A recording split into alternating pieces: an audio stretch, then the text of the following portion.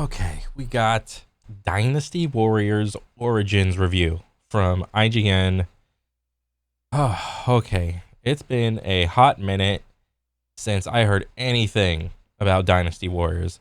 This is taking me back. Dynasty Warriors takes me back to like 5th or 6th grade, dude.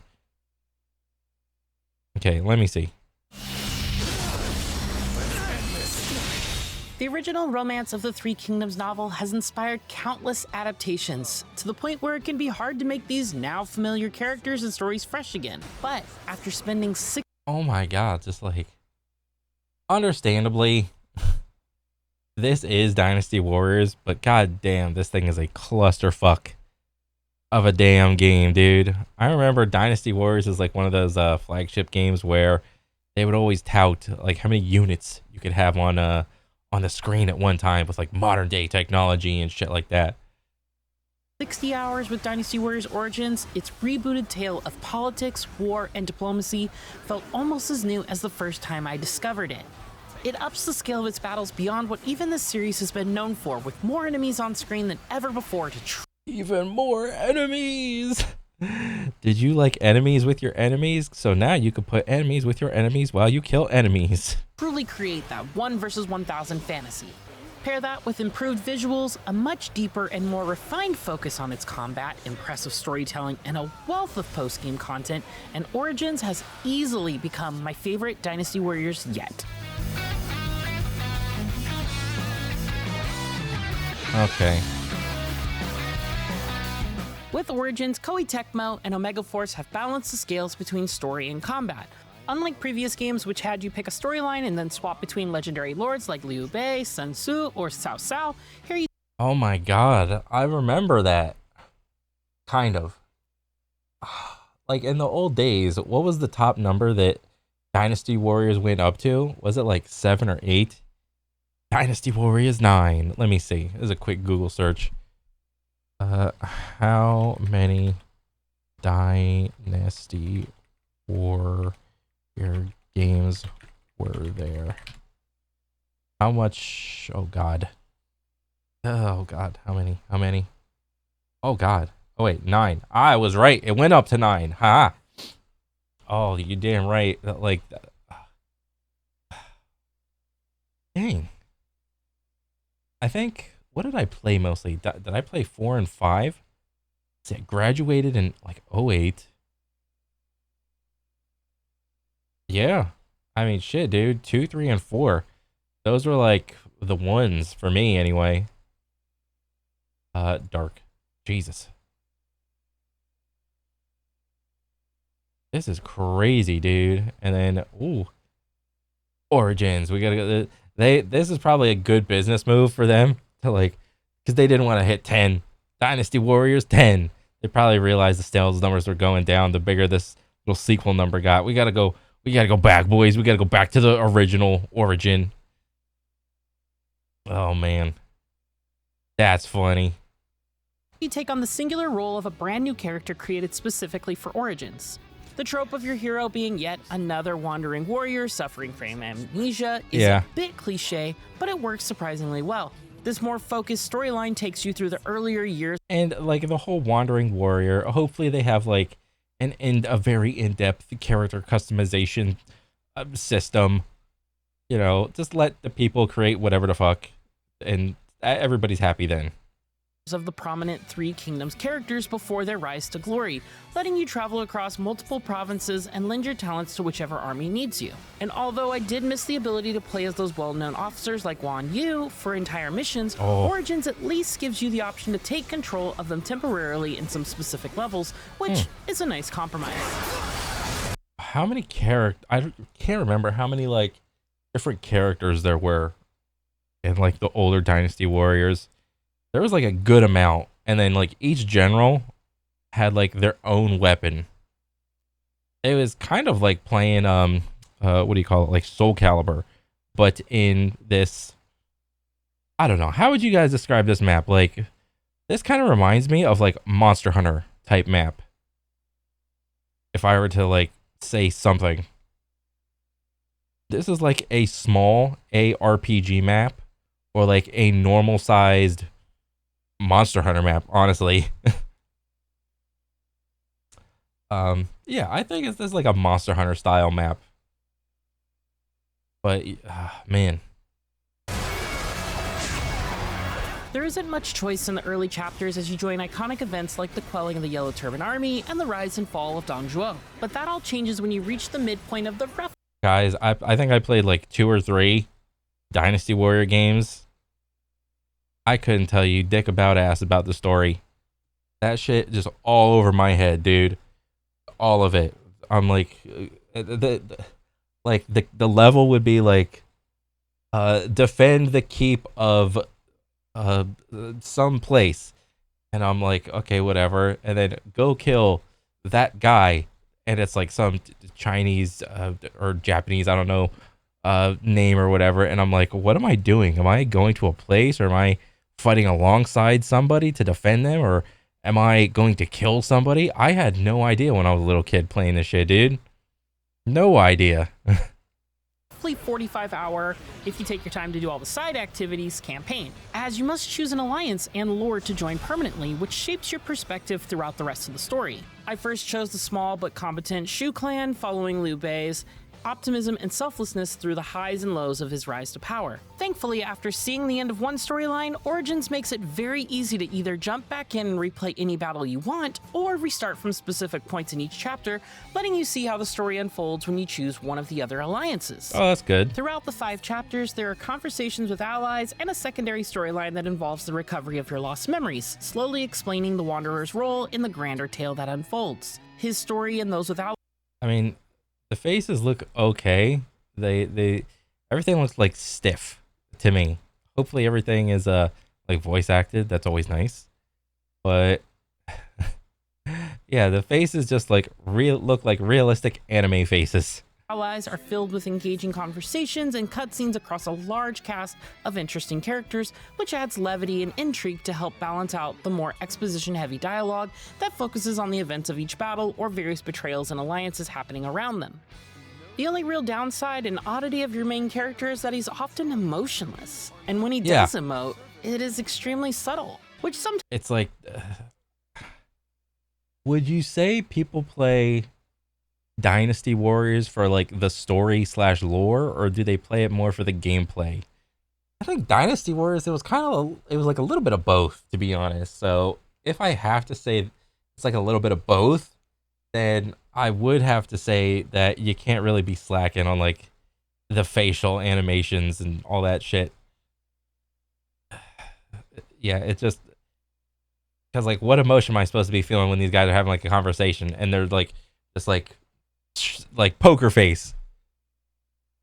It's just kind of off-putting, but not really. But it's like enough to notice it. But whatever. Maybe it's nitpicking. Sometimes hurts the emotional depth of certain story moments. He also doesn't speak except for generic shouts during battle when you dodge, parry, or take down an officer. You stand on the battlefield of your own volition. As you encounter other prominent warriors in battles, you will occasionally find them afterward on the world map, allowing you to deepen your bond with them. You know what? I think everything looks like very clean. Like everything looks too good, if that makes sense. Like there's nothing really wrong with his face or anything. No like gray hair, scars, or anything, or there's no like battle damage or anything on his like on these guys' clothes or anything like that. Everything is just like a clean looking. Each bond has multiple levels, and progressing through them provides bonuses like collectible coins that offer regular rewards as you grow your collection. And with that, it's good to make your acquaintance. The final bond level even unlocks a more intimate cutscene between you and that character, and these conversations... Oh, Lubu, I remember this bastard. Every time I was tasked with going into battle, and like the next like quest in the thing was like, go defeat Lubu. And Lubu was always like the last motherfucker. He was always such a bitch because he had this long ass, I don't know, pole arm thing. And he did so much damage. I was like, fuck. I remember this fucking bastard. ended up being some of my favorites. Koei Tecmo certainly put a little bit more romance into the Romance of the Three Kingdoms, and I, for one, couldn't be happier about it. No one but you has ever provoked such passion in me, and no one else ever shall. What? Is Lubu gay? They say war never changes, but the weapons of war sure do. You may just begin with a sword and some very simple special attacks, known as battle arts, but you'll not only unlock more options as you go, you'll also gain proficiency with each one in order to unlock new combos and stronger abilities. That system encouraged me to keep using weapons I otherwise might not, even if my initial experience with them wasn't great. You know what this kind of reminds me of? It's either like two things. With the unique combat of each weapon, it kind of reminds me of like either a fast-paced Monster Hunter that you can like kind of combo with, or something along the lines of like Devil May Cry combat system. And both of those games were good in terms of like gameplay, well, and everything else. But like that's kind of what I'm trying to like get at. Yeah, like the combat it's like really fast Monster Hunter or Devil May Cry style like fighting. For example, the Wheels weapon, which is one I've enjoyed in the past, just didn't seem to have the wave clear or damage potential of weapons like the Crescent Blade or Gauntlets when I first unlocked it. But after increasing its proficiency a bit, I eventually discovered its potential in staggering enemy officers and its ability to shred through their defenses. There are 8 additional weapon types to unlock, either by defeating specific generals or purchasing them in shops, and I generally found myself with a new one by the time I had gained 3 or 4 levels of proficiency with my current one, preventing combat from ever getting stale. Each weapon has a distinct identity that fills in nicely for Origin's lack of switching characters, especially when you can swap between them in the middle of a mission to gain Oh, so you can like swap weapons in the middle of combat. Okay, that's pretty cool. Okay, so again, wait, can you swap through all the weapons in combat? 1, 2, 3, 4, 5, 6, 7, 8. Oh my god. You know what other game does that? Doom Eternal, Doom 2016. You have all your weapons available to you at any second. That's pretty cool. But do they do a good enough job of like making every weapon like unique enough? proficiency with multiple weapons per stage and adapt to the evolving situation of a battle. While every weapon is designed to work in all situations, there are inherent benefits to using something like the wide-hitting lance against crowds. What the fuck is this thing? This thing is sick! Meanwhile, whenever I found myself locked in a duel with a powerful foe, it was time to bring out my gauntlets thanks to their ability to easily knock up and juggle my opponents until it was done. Ooh. Combo, juggling. Every weapon has its own set of battle arts. Oh, guys. Do we like how this looks or no? Like, this looks like I threw a bunch of fireworks inside of a dryer, lit them all up, and just turned the bitch on. It looks shiny and jingly, and it's like dopamine, yeah. But I can't really see what's going on. But, well, okay, so maybe this is your dude, like right here with the blue.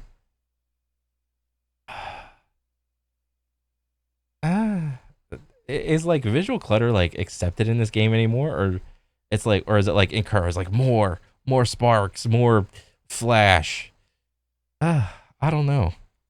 Arts, which consume a resource called bravery and range from wide sweeping attacks to powerful repeated thrusts to various counterattacks. The more powerful and exciting ones even give you the ability to summon small tornadoes that sweep up enemies. Why do they got the double halabardos from Elden Ring?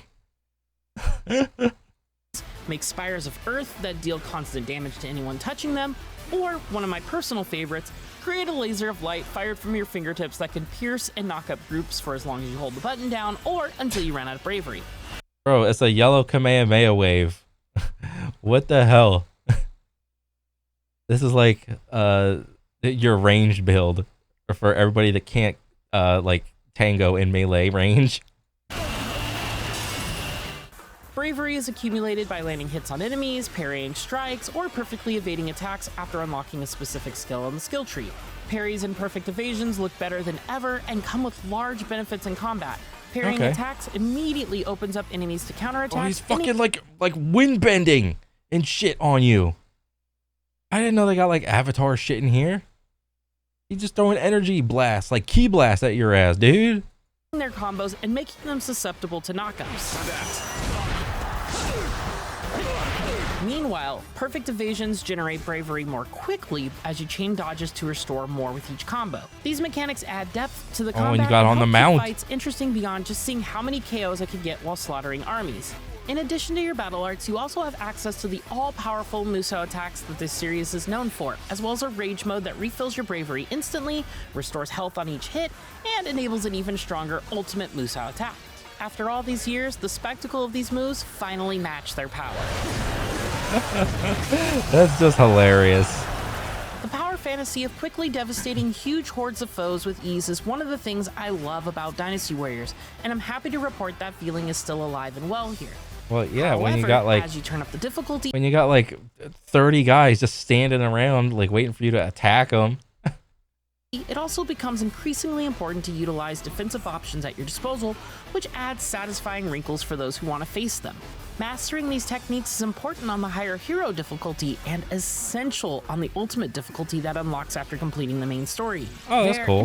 So you got like decent like was it like gameplay extending features, like unlock the harder mode after you beat the game. Oh, that's fine. I'm fine with that. Combos will quickly deplete your health, and the more aggressive AI isn't afraid to attack you from multiple angles at the same time, meaning one wrong move can easily lead to mission failure. Dang. Oh shit, got. I had a blast taking on this added challenge as I replayed previous missions, making enemy officers stronger and healthier, but also dropping higher tiers of rewards.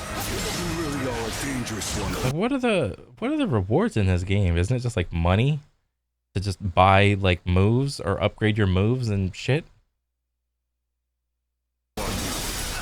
Outside of combat, Origins puts you on a gorgeous map filled with mountains, rivers, and forests, giving it the appearance of a living diorama built for strategic planning. That map is filled with numerous markers for missions to complete, skirmishes to take on, resources to collect, officers to talk. Bro, PoE 2 Endgame wishes they could do this. This is actually like funny looking, but it's like kind of cool. Talk to and towns to shop in. In addition to the main story missions, side missions offer rewards like new accessories to boost your stats, while skirmishes are bite-sized 2 to 3 minute encounters that are great for earning extra money or completing the various challenges given to you by other officers. Most of these challenges are easy tasks like killing 100 enemies with strong attacks from a spear, but they were also always worthwhile to complete as they rewarded me with humorous or deeper conversations with some of my favorite characters and provided bonus skill points to unlock the next thing on my skill trees. If Dynasty Warriors Origins is meant to be a new beginning, it's off to a masterful start. It doesn't just have the largest amount of enemies the series has thrown on screen at once, it also deepens its combat, improves its storytelling without getting in the way of the action, and provides a healthy amount of replayability and post-game content, all while looking better than ever. Wait, was there co-op in this game? I kind of want to try this out. Amnesiac hero is a bit too much of a blank slate at times, but the impressive ensemble cast made this story sing as I grew to care about the characters around him, big and small. Origins is both a great entry point for newcomers and a triumphant return for veterans like me who felt the last few entries had become stale or missed the mark. It feels like the series I once loved is finally back. For more, check out our reviews of Marvel Rivals or Path of Exile 2, and for everything else, stick with IGN. Bro, that's like hilarious. You just clear out, what is this, like 900 KOs? What is this, like close to like 50 plus enemies on the damn screen just getting wiped out? Bro, you literally feel like Sauron when he like swings his mace and you see all those bodies go flying. This actually looks halfway decent, as hilarious as it looks. I kind of want to go get this now.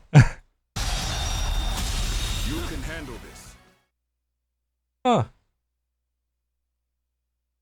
Okay. Everything that you see. Um.